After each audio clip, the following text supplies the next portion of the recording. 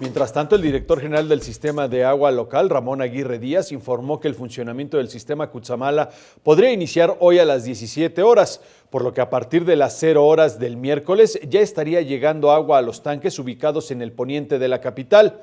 Informó que las primeras alcaldías en recibir el agua con presión media y en horario continuo serán Álvaro Obregón, Miguel Hidalgo, Magdalena Contreras, Coajimalpa, Tlalpan y Coyoacán. En tanto, Cuauhtémoc, Benito Juárez y Venustiano Carranza serían las siguientes en recibir el agua con presión muy baja, mientras que Iztapalapa, Iztacalco, Tláhuac y Azcapotzalco recibirían líquido el jueves con muy baja presión y con media presión hasta el viernes. Así lo dijo.